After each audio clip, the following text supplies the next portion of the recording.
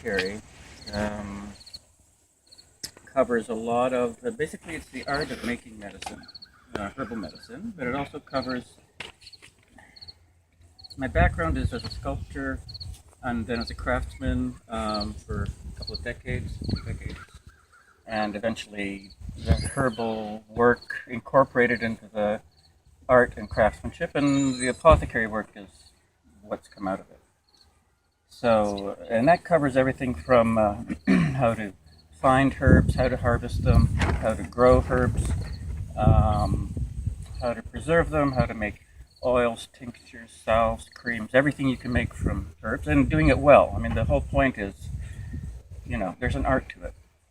And over the centuries, we've lost a lot of our traditions all over the world. And in the later years, now we're, with the internet and everything, all information is available. And slowly we're reclaiming methods and traditions and our connection with nature and adapting it to our own culture and society. So, distilling essential oils, for me, in essence, is part of the apothecary arts. Just like making tinctures or making oils or incense. At the core, I think the quality, like, is a different. If you go online, most of the websites are geared towards really quick recipes, right? They want to get likes, they want to get shares, they want to keep people's attention. So there's not a lot of extraneous information. It's basically simple recipes, and otherwise, you know, they won't get the traffic they need. But there's much more to these arts than just recipes. And I think it starts basically in nature and having a connection with the plants, developing relationships with the plants as best we can. And that's something that adds to the end product that we make as well. So if I was to just do a distillation workshop, a demo, basically I would put water in here, put our material in here, turn on the heat, turn on the water, and then there'd be nothing for me to do for 2 hours minimum. So it's not really a distillation workshop. It's going to be a little deeper than that. This is, anyone know what this is besides someone that I already told? It's a couscousier. It's a couscousier used for, it's a traditional design, although it's French stainless steel, a Moroccan design, and this is what the Moroccans used to produce large quantities of couscous for their large families. Basically, it's a pot that we fill with water. It's a colander that allows the steam to come through, and this is how they traditionally cook their couscous. However, this is a magical couscousier. It's not an ordinary couscousier because I'm making it so. So you can do a lot of things with this. In, like I said, in the apothecary arts, there are a lot of different techniques and methods and different products that we can make from herbs. Basically, this can be used as a double boiler or a bain-marie, Marie's bath. What's the other word? Double boiler, bain-marie, and where's another name? Anyway, it's a bain-marie. And there's a deep significance to that name, actually. It's not, they say it was named after an ancient female alchemist named Maria, but there are levels of meaning to it. Basically, it's associated with water, the feminine principle, and everything that happens there, where things are born. So when we're making creams, salves, oils, tinctures, one of the basic methods that we use is heating things up in a water bath. Like if you're going to make a salve, you heat up your oil, you heat up your wax, but you don't want to burn it.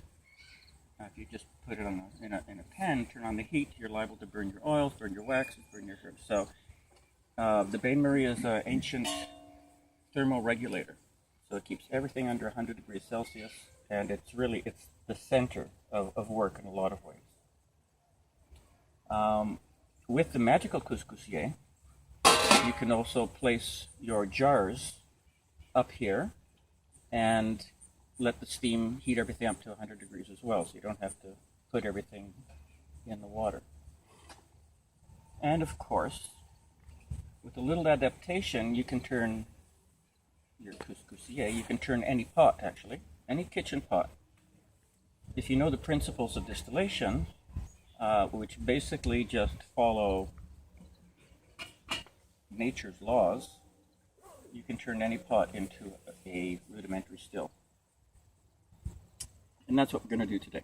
So not just put stuff in and turn it on, I'm going to show you how to turn something into a still, because the distillation itself is not a complex process. But understanding how it works and why it works is really important. For instance, if you're distilling alcohol, either you made some beer and you want to take it from 5% alcohol and create an alcohol that's 15, 20, 40%, 90%, you can do that with a still. It's called rectifying alcohol. You could put wine in here and pass it through the condenser, and you could clarify your wine. It would come out basically pure alcohol, starting at 40%, and you could take it up again to 96% if you ran it through enough times. So, principles of nature. So, distillation is basically we just work with nature. We see what nature does, we copy it, or we work with nature. We try almost improve on nature's methods, and in a way, that suits our own ends. And that's what we do with agriculture as well, because stuff grows. We just work with the cycles of nature and figure out how to grow what we want when we want it, and so similar theory. Distillation echoes the process of rain. Rain comes down, nourishes everything, the moisture evaporates, goes back up into the sky, turns into clouds, because it's cooler up top, and when there's enough moisture and it's cold enough, then the vapors condense, turn into droplets of rain or snow, and fall back down. And it's a cycle. It just keeps going forever. It's the basic cycle of nature. And that's what distillation is. What we'll do is we heat up a liquid, water let's say. We collect the steam that comes out, and most often we'll use a condenser of some sort, and exactly what it does, it condenses the vapors. So hot vapors will come in here. Cold water, in this particular case, goes in and around these bubbles and cools these bubbles, and the vapors pretty quickly turn into moisture and drip out the end. In the case of essential oils, if we put resins or plant material, anything with aromatic or volatile oils, volatile means that they'll evaporate quickly. They're volatile. Water isn't volatile, really. You have to it's not considered volatile. But what happens is most of the volatile principles in nature, in aromatherapy, the essential oils, are not water soluble. So they won't mix with water. So when the vapors come up, they carry the essence, the aroma, the vapors, the volatile part, the essential oils, mixed with the steam. The steam flows through the condenser and drips into our receiver. Anything will do. And because the essential oils or the volatiles won't mix with the water, if their specific gravity is less than water, they'll float on top. And if it's there are things that have a heavier specific gravity, they'll sink to the bottom. But they will be separate. And that's how we collect the essential oils. So in essence, that is steam distillation or hydrodistillation, and the basic method we've been using to distill essential oils for centuries.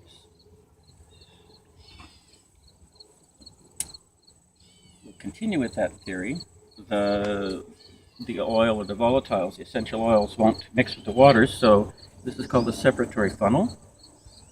So if we put essential oils and water in here, usually the essential oils will float on top. And to separate them, we just open the stopcock, drain out all the water, and that's how we collect and concentrate the essential oils. Any questions so far?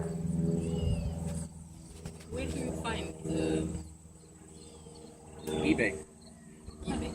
Yeah, you can get great used glassware or new at good prices on eBay. And there's a fellow in Kitchener who has a site called Alchemy Lab, and he has a whole line of everything you need to distill. And I'll look it up before you leave. And prices are very reasonable. Shipping is quick, and it's nice to have someone local where you can buy everything from. Yes, big selection of condensers. Have you tried Amazon? No, not yet. Have you? No, but I will definitely check it out. I comparison shop. Ah, okay. Yeah. No, I stick to what I know. Go down the street to Dundurn. Yeah. There's Hamilton Surplus, I think it's called. Oh, Steel City Surplus. Steel Yeah. City. It's got Erlenmeyer flasks. That's right. I don't know if it has separatory funnel. No, I Never get seen all. condensers, I know, but you can get a lot. Yeah, absolutely. Yeah, they do carry a lot of the flasks. Steel City Steel City Surplus. Surplus. Dundurn, Yeah. Yeah, Dundurn just before the beer store. On their- south of Maine. Maybe Kijiji or something too. I didn't quite, Yeah, Kijiji, but not as often. I didn't quite understand how you got the liquid from the couscousier Yeah, into that tubular thing. good point. Let me get some. What are you making now? Let's get my phone.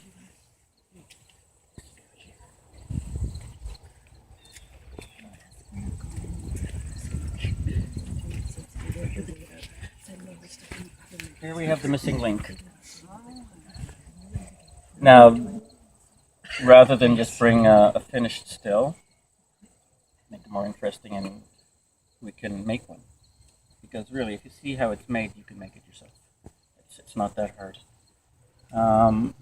So basically, there needs to be an exit from the still to the condenser so that the steam can come over. And also, another thing we need to do is to seal the lips here so we don't have a lot of steam escaping. In general, you don't want any pressure in a still. You want it to be done at atmospheric pressure, just like nature. And this connector is a little narrow for this pot. So if I crank the heat up high, you won't be able to push the steam through without, you won't be able to push it all through. It really should have a wide, like a 1 inch at least, exit, so it doesn't create pressure. But this will do for now, and we don't have to crank it all the way up either. So a lot of this has to do with improvising. I mean that's life. Nothing's predictable in life, and we spend most of our time adapting and improvising to the way things come about. And it's a good talent to have. So I've got some materials. Let's see, put some more. Anybody use incense here? This is Frankincense Serrata from India. Just came in yesterday. And I've got a whole bunch of other cool things.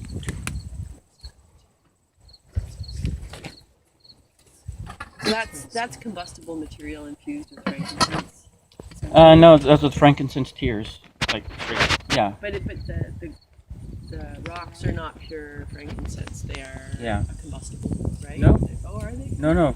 This is pure frankincense as it comes out of the tree. Oh, okay. It's a mixture. Frankincense is a mixture of gum, water-soluble gum, volatile oils, which are essential oils, and resin, just like our pine and spruce trees. And the resin has the famous boswellic acids in it. People are starting to learn about their anti-cancer and anti-inflammatory properties. So frankincense serrata has been a mainstay in Ayurveda. for inflammatory conditions of any kind, and cancer as well.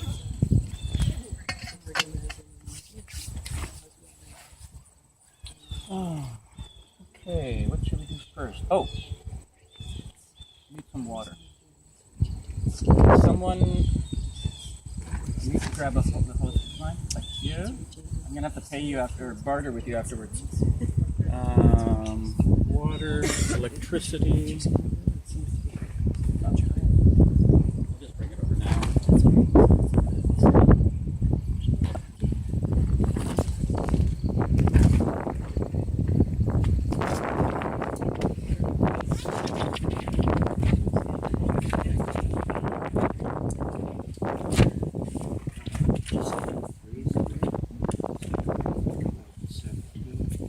So not everything has essential oils in it, or a quantity that you can really work with. So spices, for instance, are heavy in essential oils, very fragrant. Basically anything that's fragrant is fragrant because it has essential oils in it. But some things take huge quantities, vast quantities of plant material to get any essential oil out of them.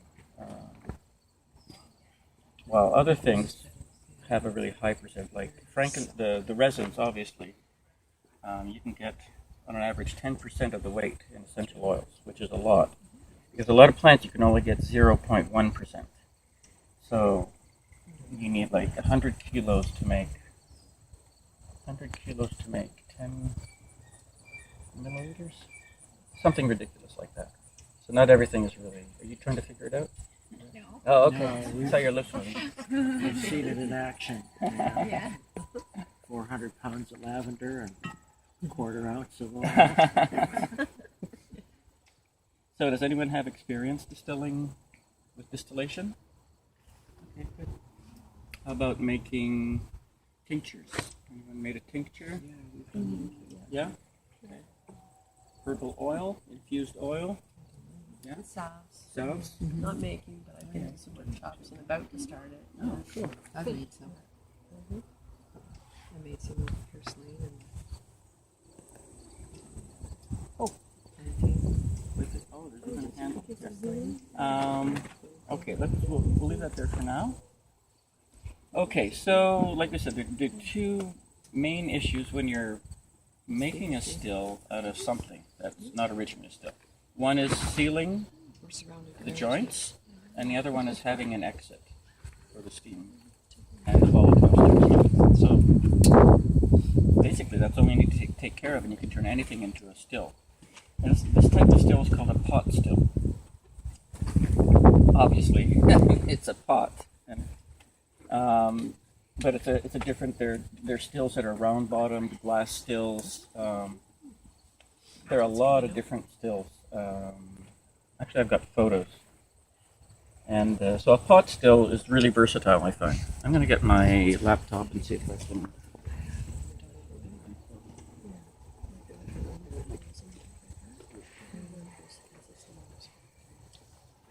I wonder if this would work.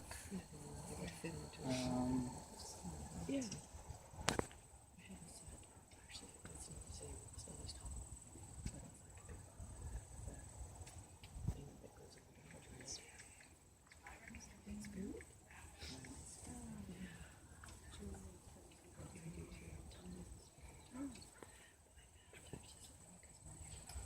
Here.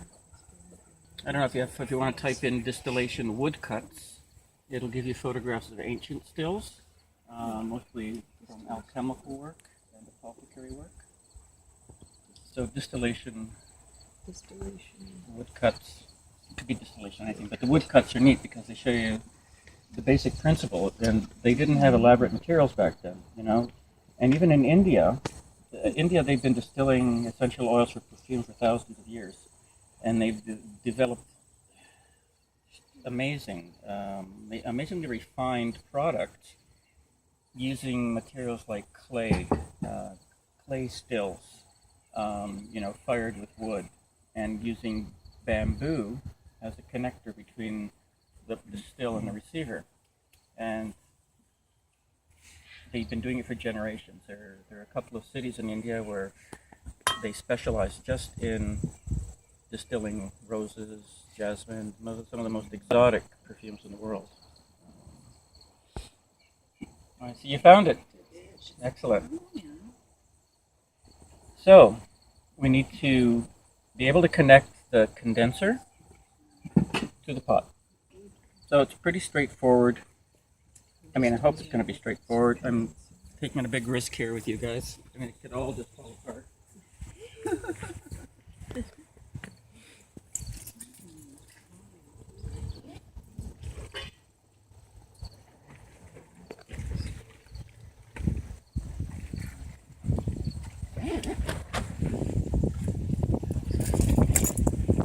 That's something. What is the name of that flask? Harlan wire. Harlan wire. Something like that, yeah. And what's the last word? Maya? Meyer, M-E-Y-E-R. It is Harlan wire. So I've never made a still out of this type of couscous. Yeah, usually I've worked with aluminum and different styles.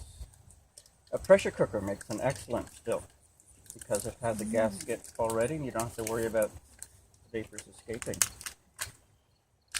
And on my blog there's instructions how to make one from a pressure cooker.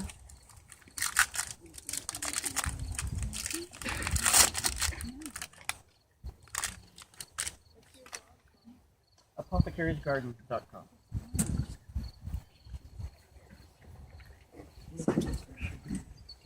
Oh, you're really starting from scratch. Yeah. Nothing ventured. Oh, boy. Okay, so basically, I hope that this drill bit will create a hole that matches this. Let's see what happens. This is really good. This is like $200 couscous. I know, it's the only one in Hamilton though. You're So- going to drill a hole in it. Yep. I'm going to elevate it. And it's going to transform into a distillation unit. Should be thankful. You put your material suspended above your pot. That's a steam distillation. When you put your material in the water, which is also a way to distill, it's called a hydrodistillation. So having a thick, usually if you do it in a round flask, it's best because the heat gets distributed evenly, things are less likely to burn. So when you're using a pot still, the danger is because of the flat surface that things will burn. And even a little bit of a burnt smell will destroy your whole distillation. Your oil will just smell off and that's it, you'll have to chuck it. So this has a nice thick bottom, which means it's less likely to burn things. That's something that might happen. It's like a spaghetti sauce. Gently widen it. If you can get it just smaller than the thread, it saves so much work afterwards and it gives you a tight fit. Okay. Is that just plumbing on the end of that there, the yellow tape? It's like plumbing tape? Yes, this is actually gas, but it's Teflon tape, yeah. The gas tape is yellow and it's thicker. Yeah. Yeah, you can get everything at the hardware store. You don't need to, I mean, still, you can get some very expensive distillation units. Okay, and there's another piece that fits underneath. Usually I lock it, and wish me luck finding the nut. I'll have to look for it. Excuse me.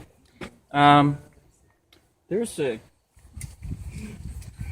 other cool stuff to put on that. Cool.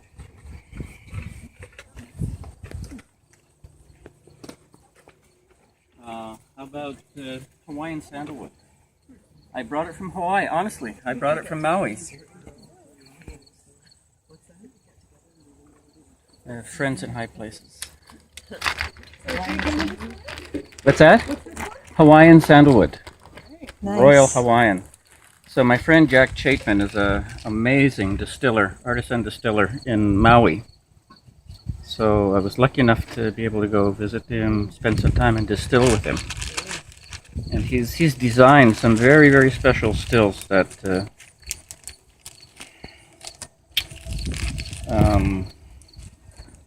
yeah, well, I'll talk about them later, but they're very special.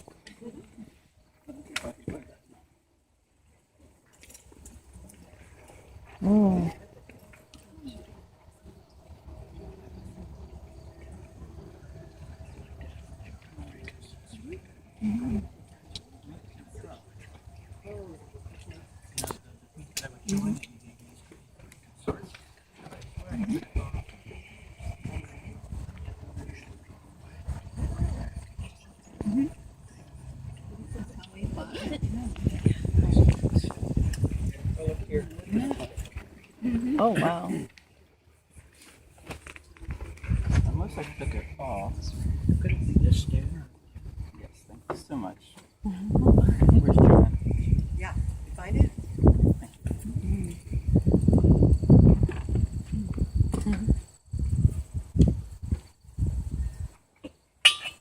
So since we've used up all the sandalwood in India, I'm basically just been really irresponsible with it. People are taking more care with the Hawaiian sandalwood, making sure it's harvested sustainably, and that's a big problem. With not only with our aromatic materials, our natural medicinal materials as well. They're disappearing, and the market is growing. We need more aromatics. You know, aromatherapy is booming. Same with the perfume, natural perfume community, and herbalism is growing. And yeah, we're running out of things.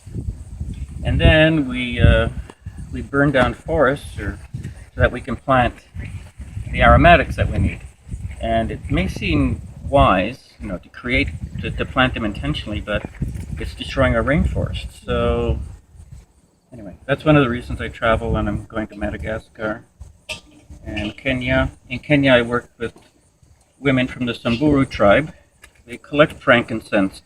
They're basically nomadic, semi-nomadic pastoralists, which means they have camels and goats, and they travel with the animals. It's really a drought-ridden country, and so they use up one pasture, they move further on, and they move with their animals. And while they're moving, they collect frankincense from the trees that grow along the way. And they do it sustainably. They don't tap the frankincense trees like the Somalis or the Ethiopians or the Omanis. They basically just collect whatever is accumulated on the branches, falling on the ground. And so I'm setting up a fair trade platform for them so that they can, they're setting up a co-op, registering a co-op, and I'm trying to market their frankincense for them. So is that what this frankincense serrata is theirs? No, this is the Neglecta is theirs, which I ran out of. The serrata is from India. So, but anyway, yes. So the whole sustainability thing is really an issue that we don't think about. And even when we buy things, you know, packaging is fancy and it says, "Oh, fair trade, sustainable, blah blah blah." A lot of times it's just key catchphrases, Right, yeah, I know. and you really have to look closely to see what is true and what is not. I keep being surprised by that in my journey with plants. Like, you know, so many people don't know any basic herbs. So then you start to learn your herbs, and then I'm starting to learn herbs from further away. So I've been excited about some of the Ayurvedic herbs. So I'm like, Yeah. wow, I'm trying this shatavari root. It's amazing. I love shatavari root. I'm buying shatavari root, and now I find out, oh, it's endangered in India from overharvesting. Yeah. I'm like, oh no. No, honestly, it's happening everywhere, but we don't hear about it. The big companies, basically, they exist to serve us, sell us what we need, and they do so at any cost.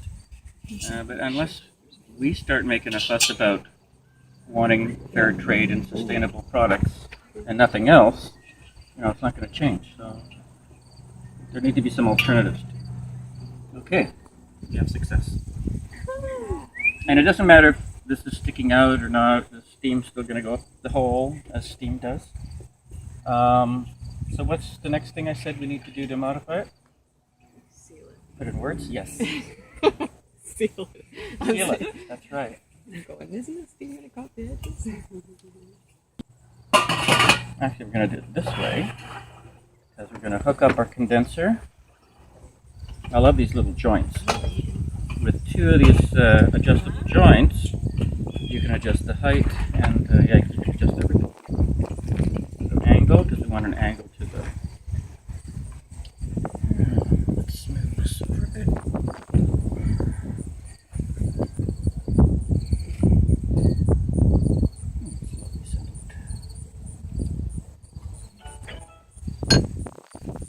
Yeah, so in India, we over-harvested the sandalwood. It takes 30 years for a tree to reach, so it's mature enough to yield essential oils. So we're in the catch-up phase now. But that's why, and sandalwood oil like quadrupled, more than quadrupled. It's like 10 times what it was 10, 20 years ago because of that reason.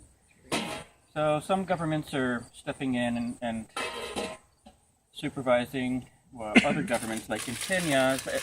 It's funny, you know, you hear about corruption or bribery. You know, you have to give people money to do stuff in African countries, and it's true. But it's just how it works. It's not a, you know, when you're driving, you have 2,000 Kenyan shillings folded up in a little thing in your license because you know you're going to get stopped. And the policeman's going to open it up, and it's folded so that the 20 is on top, so you can see exactly how much you're giving him. And it's just everyday life. And that's, they don't pay the police much there, and that's how they, mind you, they pass it on to the superiors, and they get a cut. But it's just a way of life. So what happens, for instance, in Kenya, there's African sandalwood. Now, since Indian sandalwood was decimated, people are frantically looking to fulfill this market because we want sandalwood oil. So they're coming in from Zanzibar, I think, or anyway, one of the neighboring countries, and with trucks and just pilfering sandalwood. And if they pay enough, if they pay the proper amount, the duty, then the inspectors look the other way. And every once in a while we hear about someone who got caught, and they make a big public stink about it. Look, we, catching poachers, and the only reason the poachers got caught is because they wouldn't cough up the money. So, and again, tribes like the Samburu who live there can keep an eye on things. They can, and this is what's happening with the animals. The Samburu work with the Game Commission, and they employ them not only to be guides for tourists and show them the animals, but they also set them up so that they can report poachers, and they just go. This is in Okay, Kenya? this is in Kenya, yeah. Okay, so put the water in first.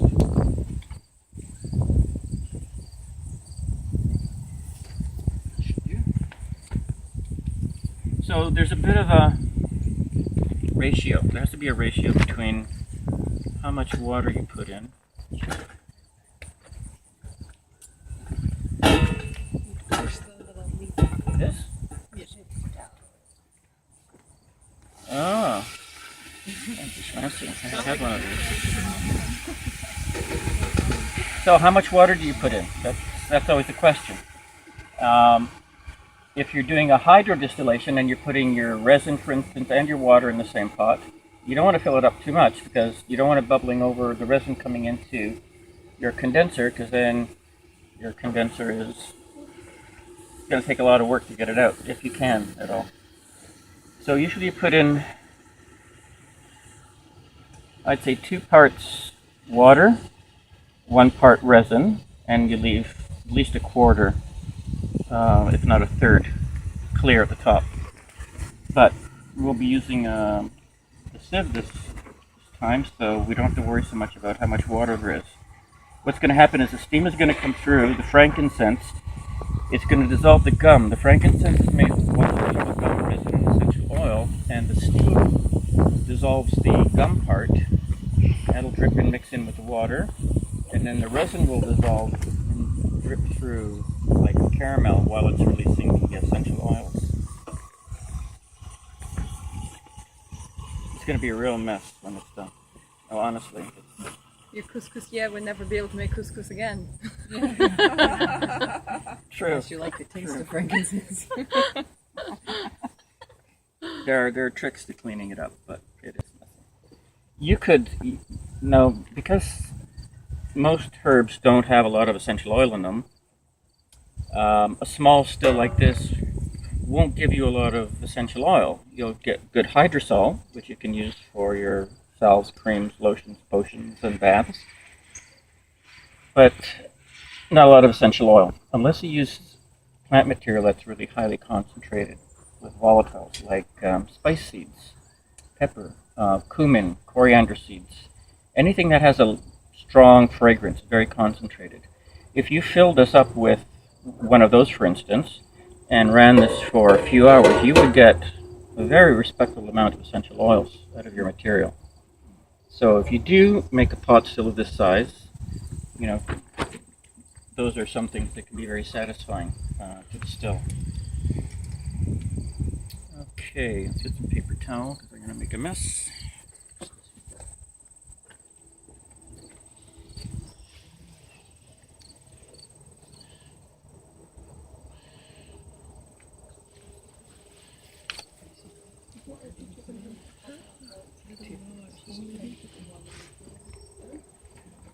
I want to show you another reason why this is a magical couscousier.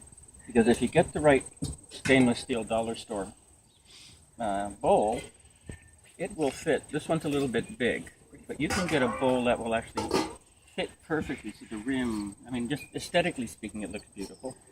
And you can make, if you have cells that you only need one pot to make in, like some you need to heat things up separately. But if you want to make an oil infusion or just have a simple double boiler, make chocolate, it's perfect. It's beautiful, stainless steel, and with the right size pot, it just looks nice. And very versatile invention.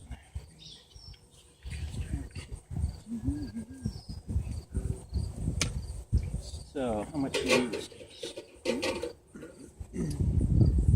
Now, sometimes they make gaskets, and there are these clips that you can buy. So I'll put in rivets or screws and tighten it, to be able to tighten it down. But we're going to do something simple just with Teflon and maybe some tape on the outside.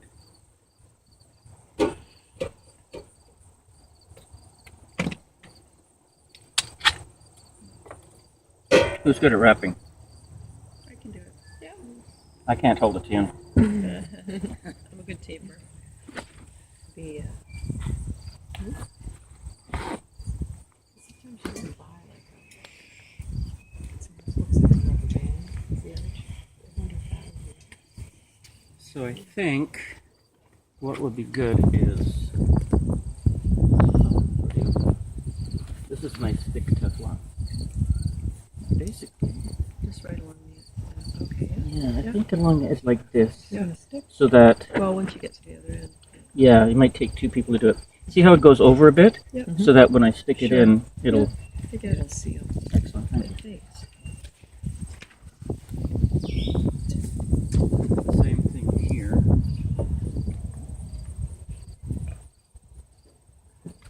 And yeah, I think 2 laps maybe. We'll try 2 laps. Bye. A little narrower. Can I try doing one there? Absolutely, thank you. Oh yeah, and this tape is thinner than the other one. Well, that's a rip off. I should take it back. Yeah, just like that. I think 3 laps on this, at least. How many times you want to go around? 2 full rounds. Actually, Julia, this tape is better. They're almost done. What's that? Yeah, that looks it. Looks like it. Here, I'll hold it and over here. No, it's only gone around. Oh, it's only gone around once. Oh, it's beautiful. Love that curve. That's sensuous work. It's true. I mean, aromatics in general are sensuous. Untwist. I'm coming through. Okay.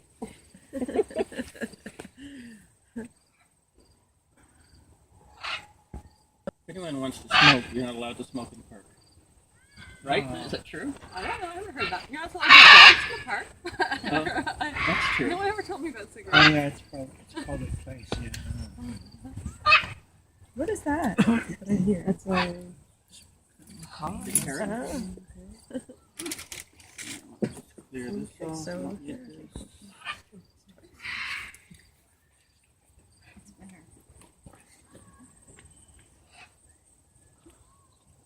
You done? Thank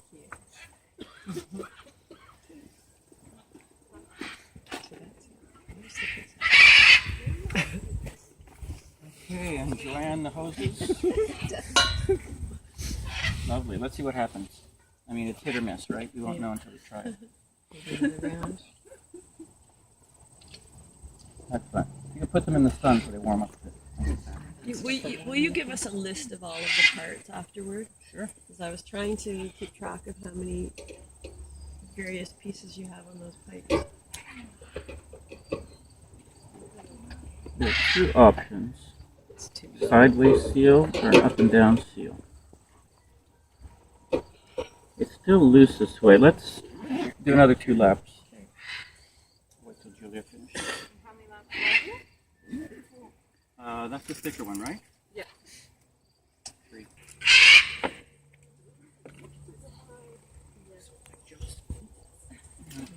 And I got 2 stimulants.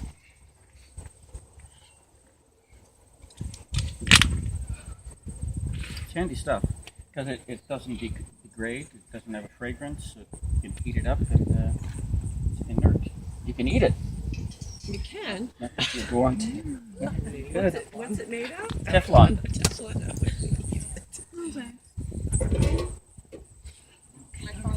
I always wonder too about the dollar store stainless steel bowls with their lead content. Oh, Might be, I know. right? Yeah, I know. you could see that how thin it was compared to that stainless steel. Okay. Another 2 rounds. Do you want to do the honors this time? Has anyone heard of agarwood or oud? It's a really rare and expensive and precious wood that grows from Cambodia, Indonesia, Malaysia. And the Prophet Muhammad said that it's really important to put oud on yourself, like because you make an essential oil from it as well. And it'll go for thousands of dollars for a couple of milliliters. It's so crazy. There's cheap stuff out there, and they're starting to make oud plantations. It's a type of tree, and the tree itself doesn't have a fragrance. It's when the tree is attacked by a microorganism, a fungus, and kills the tree. It leaves a resin behind, and this resin is intensely fragrant. They found trees that were buried for hundreds of years and just full of this resin. So, needless to say, it's a very expensive wood as well. But I have some. I have samples that people send me. And if you've never smelled agarwood or oud, you should. Agar. AGAR. A-G-A-R. It's also called eaglewood or oud. It's used as a base in a lot of Japanese incense. Actually, let's light another charcoal. Starch.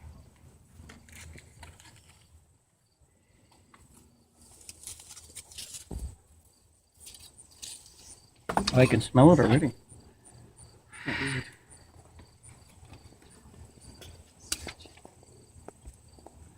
How's your phone holding up, Christine?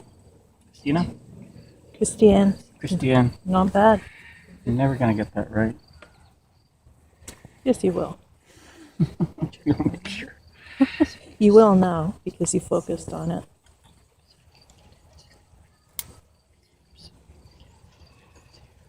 Okay, actually, we'll wait for the stinky stuff to stop.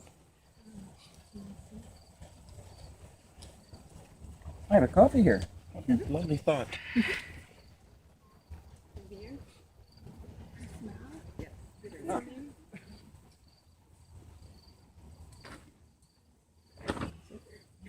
Any questions while we were wrapping?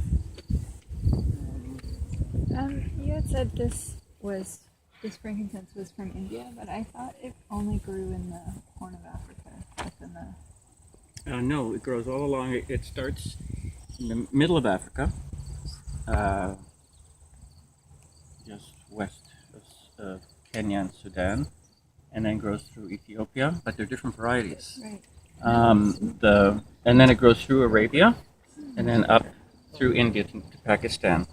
But again, different varieties. So in the north of India and Pakistan, that's where you find frankincense serrata, and that's what they've used in Ayurveda for so long. In Arabia, Oman, Yemen in particular, they have frankincense sakra and Arabian myrrh.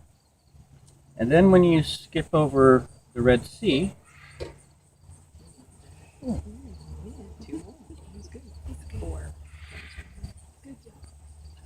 one more. One more? Yeah, I was going to say. I felt that. And then up the Red Sea.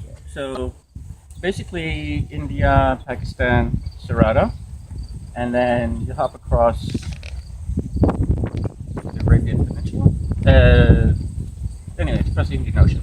You have Arabia, and that's where you have frankincense sakra, and all the way to Yemen and Arabian myrrh. And then you go across the Red Sea, and it's like 300 kilometers far. It's not far. Oh, there's an island of Sakrata in the middle, which has the most amazing frankincenses in the world that don't grow anywhere else. Just, The trees. oh yeah, dragon's blood trees, and just really. Just Google that island and Yeah, it's incredible. yeah, and they are protecting it, so that's good. So and then you hop from Sakrata to Somalia. So Somalia is on the coast of the Horn of Africa. That's all Somalia down there.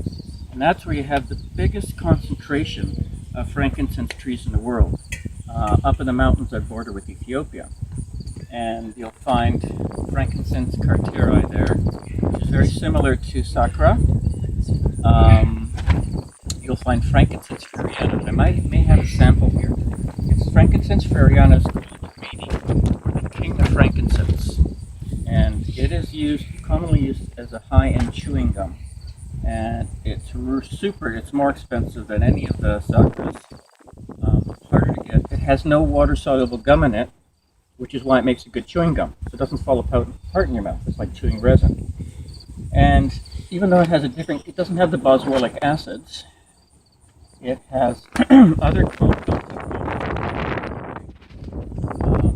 and they actually help the body.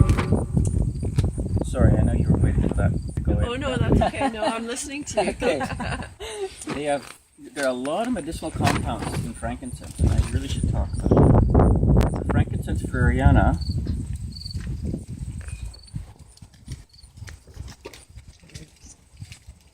Not bad. Good job, girls. Ladies. Wow. It may need a little band around the side, but we're not going to put a lot of pressure on it. So let's see how Julia's wrapping. So that's It needs more. I'm wondering. rubber seals. Yeah.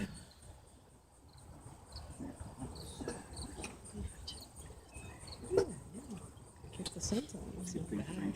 Yeah.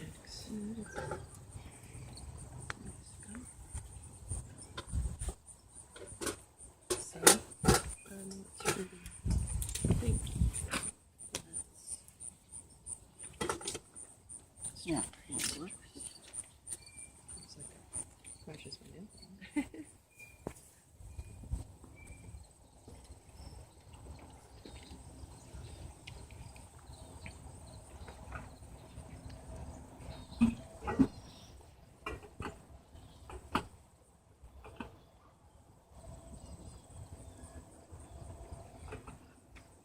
Well, let's try this a couple more rounds. You want to do this, Jaren?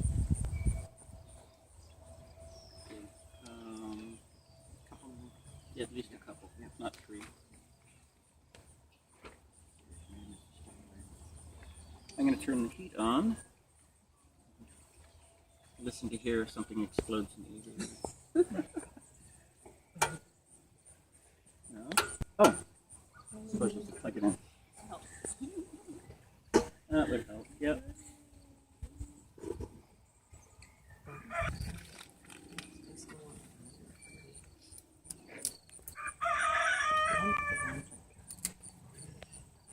How is frankincense used in Ayurveda?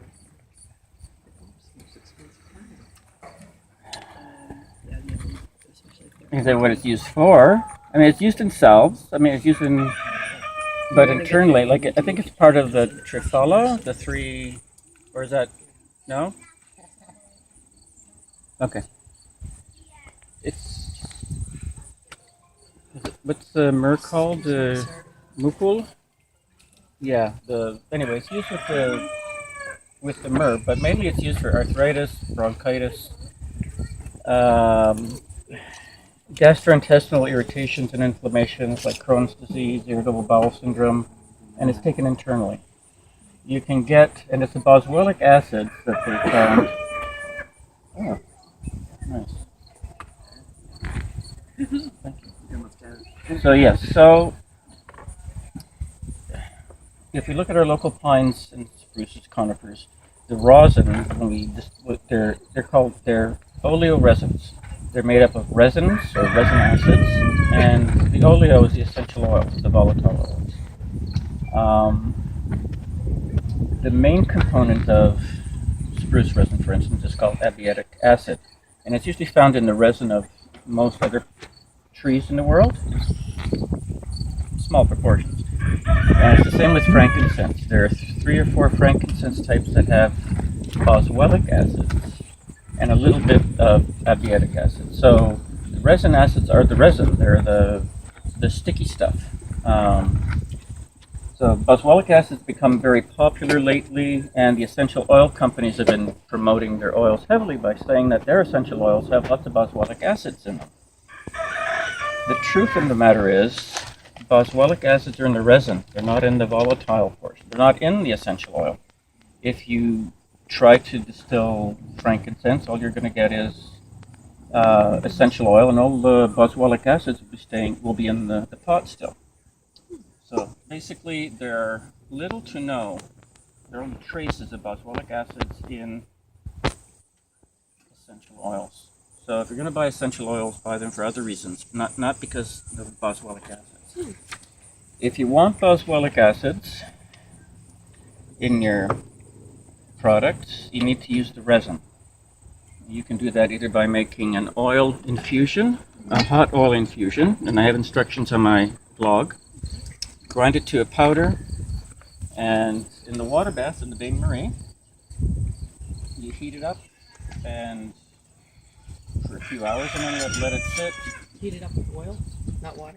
Yeah, no, you're going to make an oil because, okay, the resins are not, the only part of the frankincense that's water soluble is the gum, and there are no boswellic acids in the gum. It's like starch. So the boswellic acids are in the resin part, which is not water soluble, it's oil soluble, oil and alcohol. So if you make a tincture from frankincense, you will get all the boswellic acids, and if you make an oil from frankincense, you can get all the boswellic acids. There are tricks to it. You need to grind it up fine before. So you put it in a say a vessel or a stainless steel pot here. Put in your frankincense powder, 1 part, 3 parts oil of your choice. Let your water bath boil. Sorry. But there are holes in the bottom of the Yeah. top. Yeah, no, I'm saying when you could take one of these. What would you call it? Oh, use One a. of the- Oh, yeah. okay. There you go. Okay. So Magical. I'm thinking Yeah. the same thing. Yeah. How to go through? Yeah, you can either use one of these because it's one of those things you can do in one vessel. You don't need separate Right. containers. And some things you So do. you got oil and powder in there. Oil and powder in here. You bring your water to a boil. Infusing. Stir it around, and I usually leave it for 2 or 3 hours, mixing. And I take it off, put it in a warm place like a tincture to sit for a few weeks, and then I strain it. Do it through a pillowcase or one of those metal mesh coffee filters, and there you go. You can make it makes an amazing joint oil for arthritis, rheumatism. I had a big brown splotch on my nose for a year and a half, and they took a dermal punch, took out a piece, and called me back in for surgery 2 weeks later, and I didn't feel like it. So I started putting frankincense oil on it, and I'm really not very consistent with things. Eventually I just forgot about it. And last week my brother called me and said, you know, your recent photos, you don't have that mark on your nose. And it's true. And I didn't do anything else to it. I just put this frankincense oil on. This is the bosmatic acids. Boswellic acids, yeah. Yeah. Is boswellic acid, is that the same as boswellia? So Boswellia is the name of the species frankincense. Oh.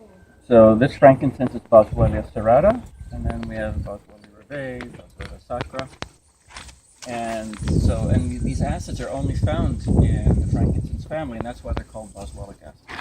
Because you'll find abiotic acid in frankincense, but you won't find boswellic acids in any other family, any other tree. And what were the proportions? Did you say again? 1 to 3. Obviously, a lot of it is just one part. yeah, 1 part And what do by you weight. use to grind it? I use a coffee grinder, and the trick to grinding resins is putting them in the freezer first. And you can put my coffee grinder in the freezer as well, because as soon as if you do them at room temperature, they will soften from friction and get gummy and just stick to the sides, and nothing will happen. So freeze them first. And let me get my scale, and we'll measure how much. It's always important to. That way we can see what percent of essential oil we got. She's using. What? On this side. Got my button.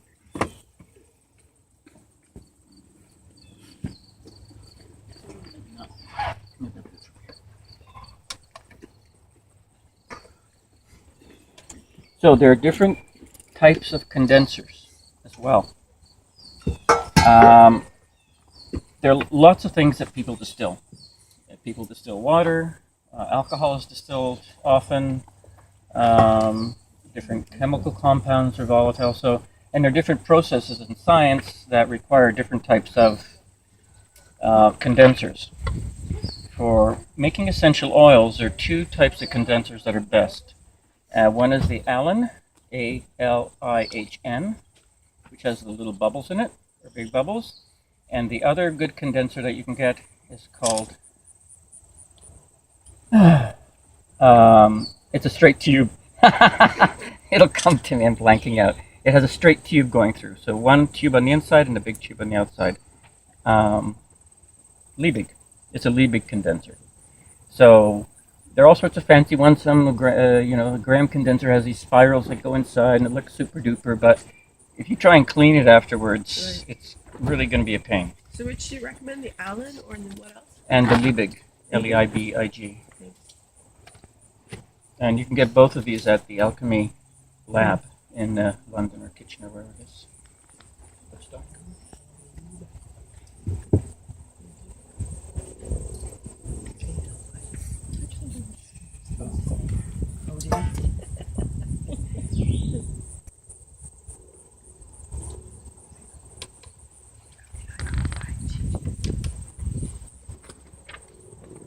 So I think I'll put a kilogram in just because it's a convenient number. Now usually I'll run distillation for 8 hours minimum, but obviously it's not realistic to do so today. The majority of the essential oils come over in the first 3 hours. There we go. It's not going to work.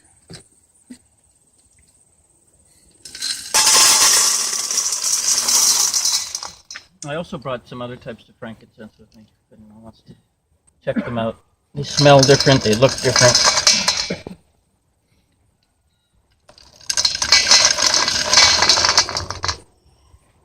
Okay, there's a kilogram.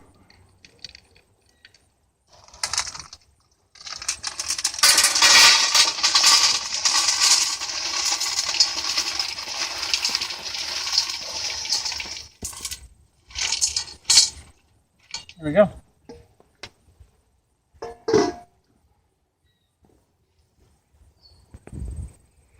Okay, it's happening. Oh, absolutely. Yeah. Yeah. Please do. Now I'll get the other fruit types too. Mm-hmm. You guys want to pass them around, or I don't know. Oh, I've got a little plate. Oops.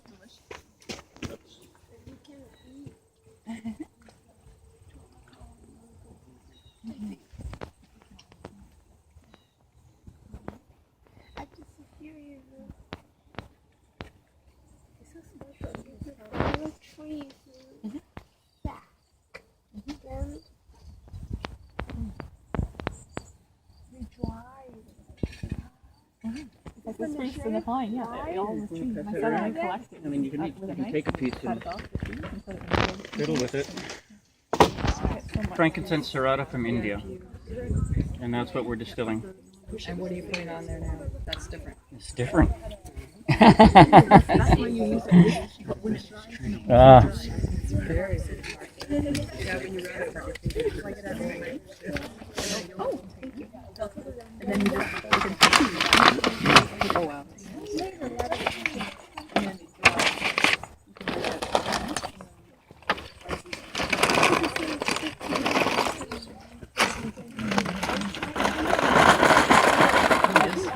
Oh, I love this fragrance. Oh my God, can you smell it? Mm-hmm.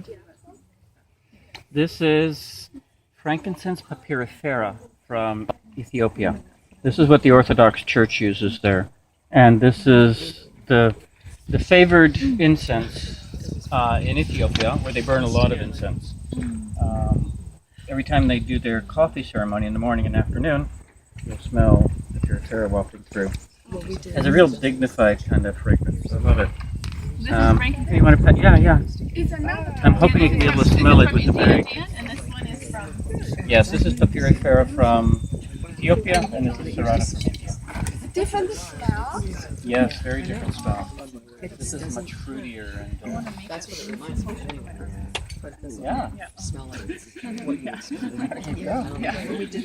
I know what you mean. The only problem with resins is they can be a little sticky. So you have to, yep, that's right. Yeah, yeah, that's right. That was it.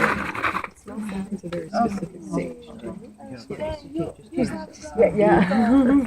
What? Sage, cedar. Oh, agarwood. Yes, I put some on earlier. Yeah, I think I like the rest. Oh, you smelled it? Oh, good. Yeah. If you're not like it, I Yeah. really smell. Can I smell? Yeah. It doesn't have much smell on its own. Yeah.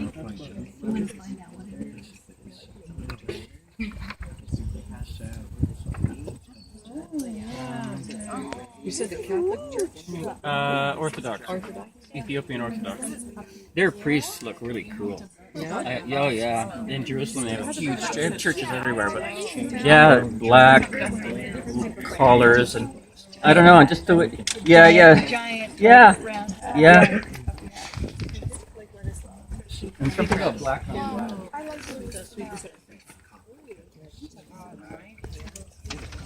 Julia, I like the this smell. Oh yeah, that's an expensive one. Or you can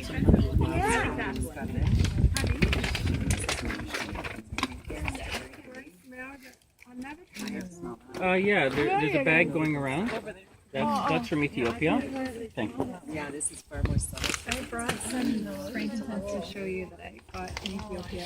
I was curious if, like, What kind? I don't know. That's Oh, why I was- excellent. Oh, I'd love to see it. Yeah. You have it here now? Yeah, I'll show you. It's full of sticks and like Ooh, yummy. dust and stuff. You smell it's different. I have a knife somewhere. Oh, it smells like the ocean. That's the puppet. No? Yeah. Oh, that's really nice too. Yeah.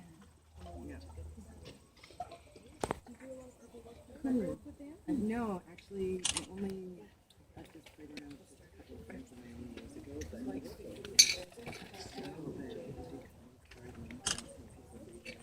Water-soluble gum in it. Except for Freriana from Somalia, which has no water-soluble gum.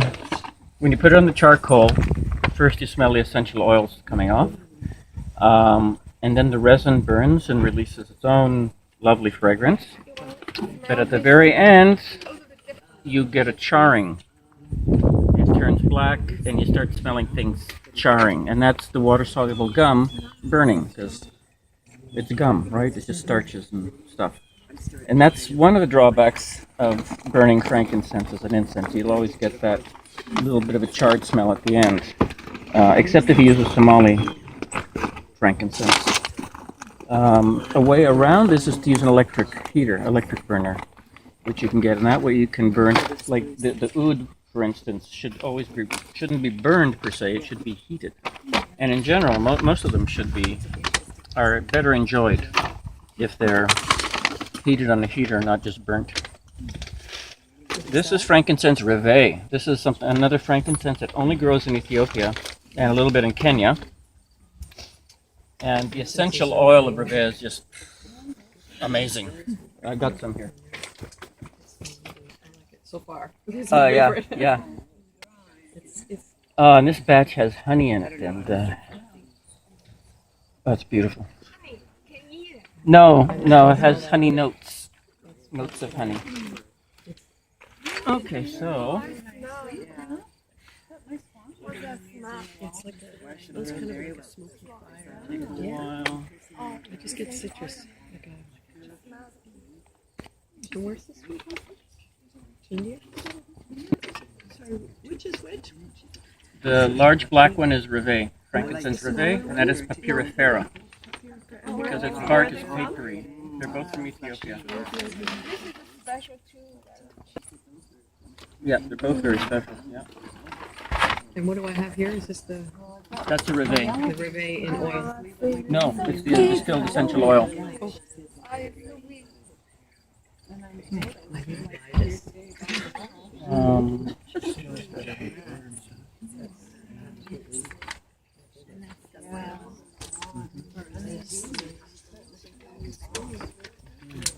And what would you use the essential oil for? That's nice. So that's reveille. Anything I mean, I use it in perfumery. It's great in put it in everything. But no, not medicinally. Because Yeah, it doesn't. no, medicinally, it's used much the same as the other frankincense essential oils. But it doesn't have the acids in it. No, it doesn't have the acids in it, but frankincense, being ruled by the sun astrologically, actually is really good for the mind and the heart. And that's what it's usually used for. Good for concentration. Let me try something. Sorry. Yeah. You want to go dipped a I'll little? go over it. You dipped a little, yeah. Yeah.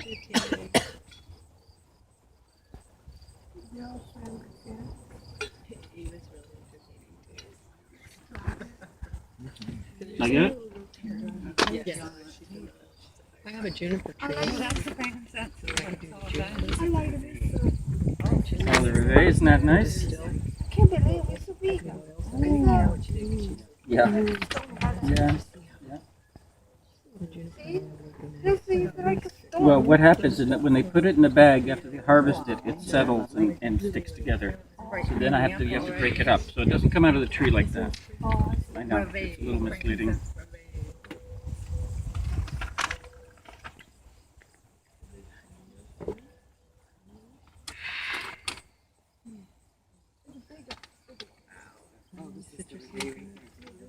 Oh.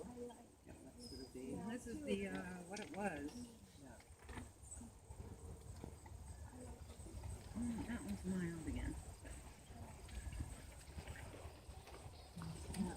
So that's the essential oil of that. Oh, sorry. Yeah, that's the oil of